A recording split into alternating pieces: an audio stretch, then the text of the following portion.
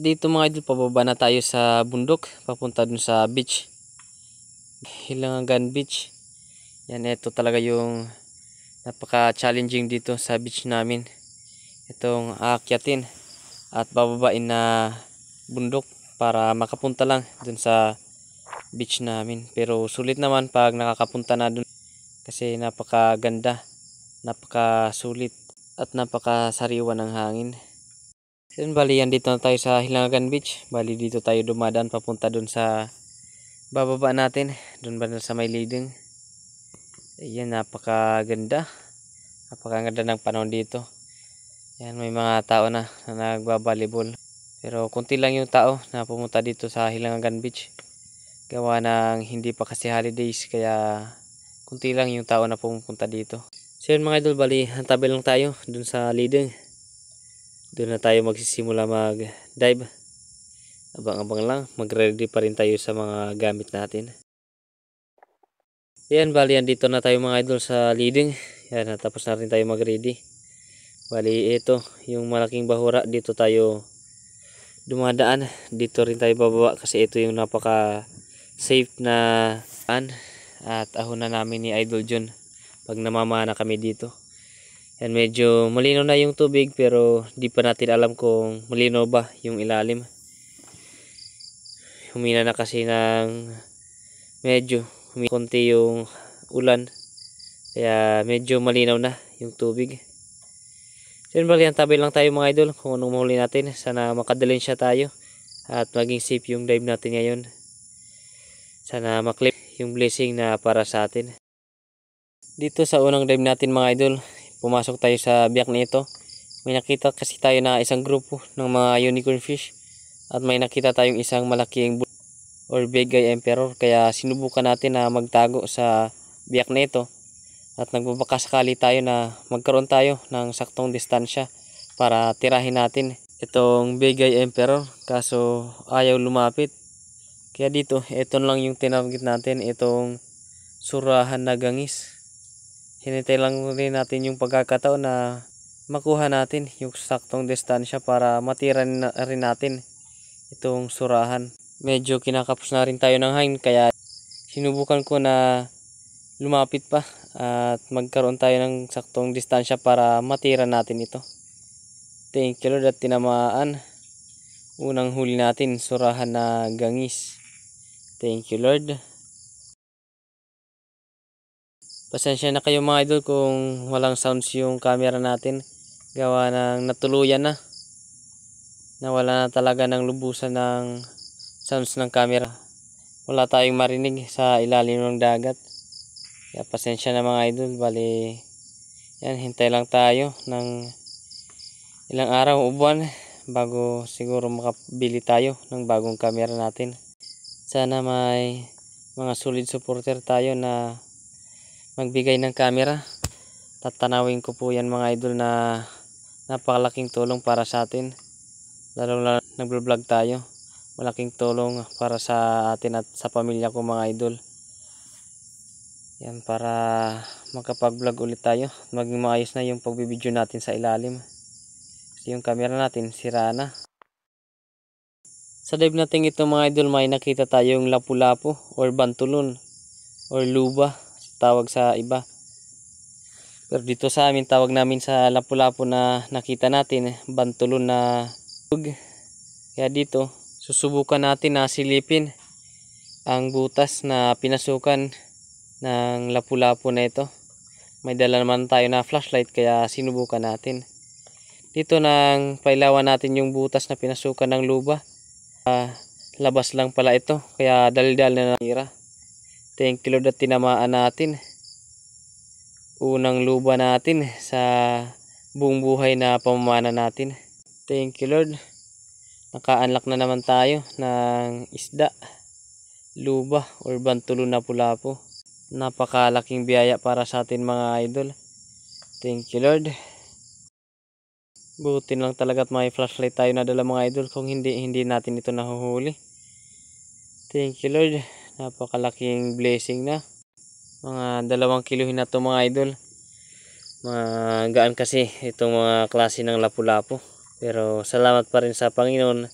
Binigyan tayo ng ganitong blessing sa ating pamana ngayon. Thank you Lord. Luba o bantulon na lapu-lapu. Thank you Lord.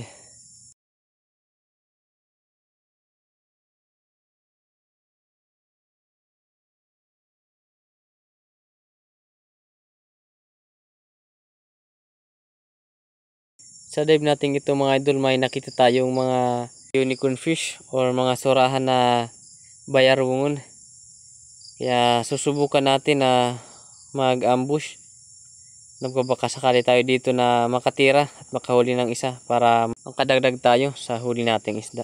Dito, bago tayo mag-focus dun sa surahan na bayarungon na titirahin natin, patingin sa paligid. Minsan kasi may mga pelagic na dumadaan dito kaya medyo malikot yung pagbibideo natin. Pasensya na mga idol. Dito habang wala tayong makita na pelagic, nag-abangan lang tayo at hinintay na lang natin.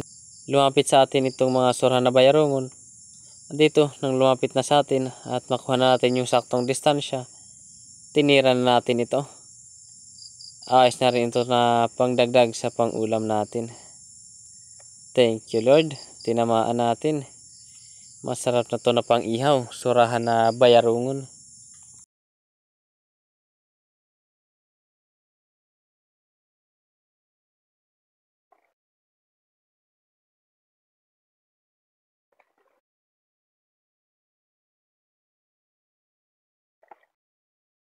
Ito pala mga idol ang surahan na hindi gaano lumalaki. Pag nakakita tayo ng isang palad na kalaki yung ganitong surahan, tirahin na natin kasi hindi gaano lumalaki ang surahan na ito. At napakasarap nito na pang-ulam, pang-ihaw. Thank you Lord. Sa dive natin ito mga idol, pupunta natin itong bahura na ito.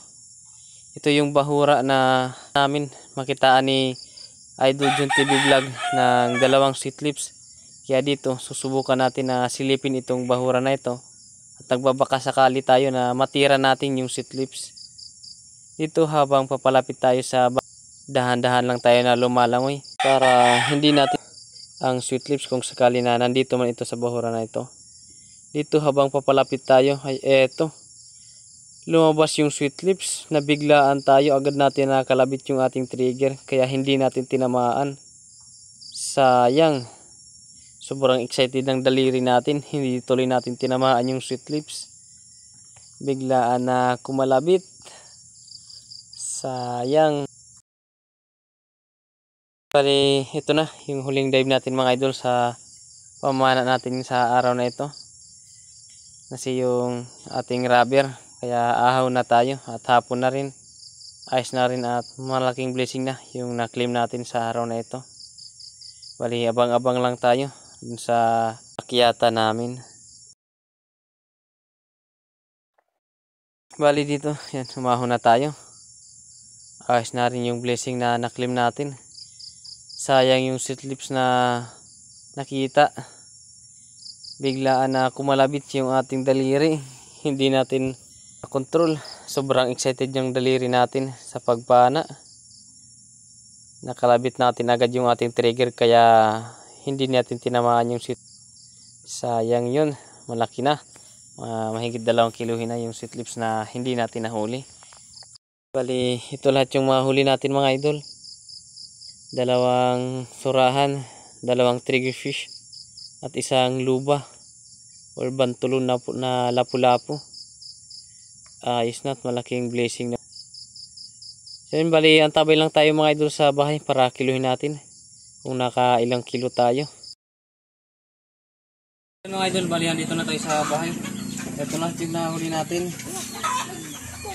Ayan, may 2 tayong trigger fish, 2 unicorn fish, tapos ito yung na-jackpot natin, bantulon or luba.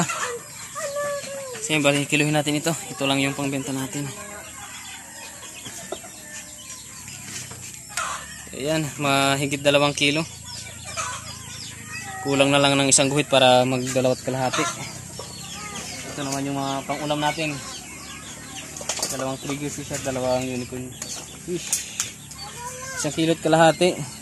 Ayos na, bali. Sa kabuuhan. Sa kabuuhan yan, maya pa tayo na kilo. Bali dito, 2 kilo. 2 kilo mahigit. Yung pagbenta natin dito, 570. Ayos na, malaking tulong na. Salamat sa Panginoon na binigyan tayo ng napakalaking biyaya.